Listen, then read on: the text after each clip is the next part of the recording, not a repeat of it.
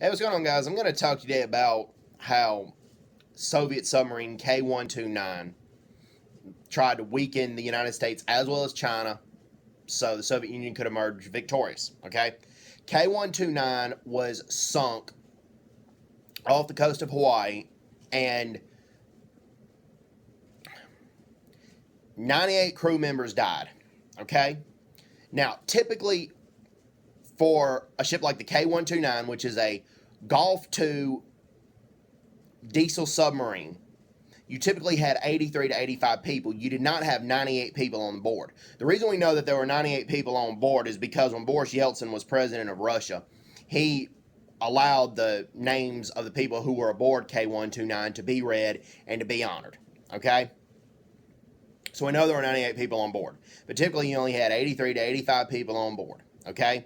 Also, a Gulf II submarine is 324 feet long and 27 feet wide. Okay?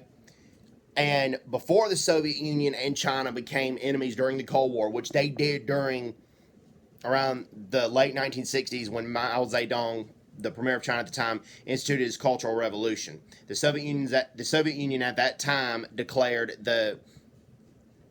China to be a greater enemy than the United States. Okay. But before that, the Soviet Union sold a lot of the same style submarines to China, the same model. Okay. All right. The captain of K-129 was Vladimir Kobskar. Okay. And usually the coast of Hawaii was not a typical patrolling range for the Soviet Navy. Okay, and where it was situated off the coast of Hawaii, where K-129 was situated off the coast of Hawaii, was where a Chinese submarine would be. Now, China typically patrolled in that area, but the Soviet Union did not. Okay? And if you pressed in the wrong code of a submarine, of a missile launch, it would detonate the warhead in the missile launch. Okay, this is all noted in the book you can find at the library and bookstores, Red Star Rogue by Kenneth Sewell. He has researched the K-129 incident, and Kenneth Sewell is a veteran in the United States Navy. He's also an expert in engineering. And Kenneth Sewell believes that the captain of K-129, Vladimir Kobskar, deliberately gave the KGB, the KGB, the wrong code. And when you pressed in the wrong code, as I said before, the warhead would detonate, but the missile wouldn't launch. It would blow up. The missile would detonate inside the missile launch before the missile itself was launched. And this probably stopped World War III from happening. Okay? And in the submarine field, usually that was one of the few areas in the Soviet military and in the Soviet Navy where you were promoted on the basis of merit, not your political connections, not on how well you knew the Marxist-Leninist doctrine. You were promoted on the basis of merit because the submarines were a high-cost tool and they required great skill to operate. However, they had a political officer aboard. It's called a Zampolit, spelled Zampolit. And they were there to make sure that people there were loyal to the party and loyal to the Communist Party. And the Zampolit was a guy by the name of Fedor E. Lobas. However, a lot of people liked him, as well as a lot of people liked Vladimir Kobskar. Okay? However, there were 98 people on board. Okay? And there's a lot of belief that that submarine was hijacked by the KGB. And the KGB at the time, the chairman of the KGB was Yuri Andropov. That this mission was not completely sanctioned by the Kremlin or the head of the Soviet Union. And the Soviet Union back then, and the current Russian government, fails to explain or tell why there was 98 people on board instead of the usual 83 to 85. Okay?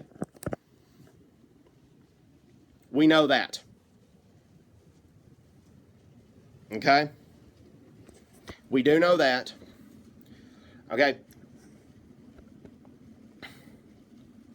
We also know, that, and Kenneth Sewell, he wrote in his book Red Star Rogue, that when the K-129 submarine was dug up, they uncovered a bale from the submarine. Well, if you can recover the bale, that means a good part of the submarine was actually salvaged.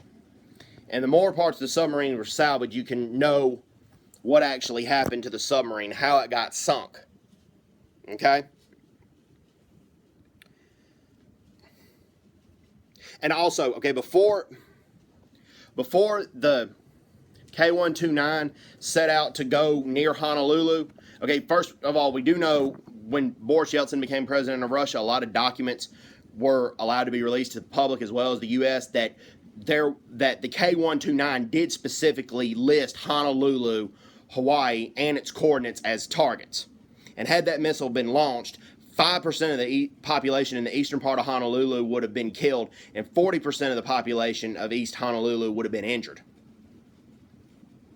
Now, in downtown Honolulu, about 20% of the population would have been killed, and at least 30% of downtown Honolulu's population injured. And basically, K-129 was disguised to look like a Chinese submarine. Just pretty sick stuff. And typically, the submarine captain just does not go get the cassette tape. You had to insert a cassette tape and type in certain codes. Typically, the submarine captain does not do that. Usually, he has to call the Politburo and the Kremlin to get the codes, and then they radio them back. That didn't happen. The captain just got a specific tape and then announced the code, which we believe is the wrong code because he was trying to keep World War III from being started. That is not typical procedure. That's why I firmly believe the Kremlin did not know about this, that it was hijacked by the KGB. But, okay, the head of the KGB at the time was Yuri Andropov. That's one of Vladimir Putin's personal heroes, okay? Putin idolized Yuri Andropov. He also believed Yuri Andropov was one of the best heads of KGB the Soviet Union ever had, and one of the best premiers the Soviet Union ever had. He was not premier of the Soviet Union at the time, but Yuri Andropov did become premier of the Soviet Union later on. Just some pretty sick stuff, but the captain of the submarine of K-129, Vladimir Kobskar, is an unsung hero.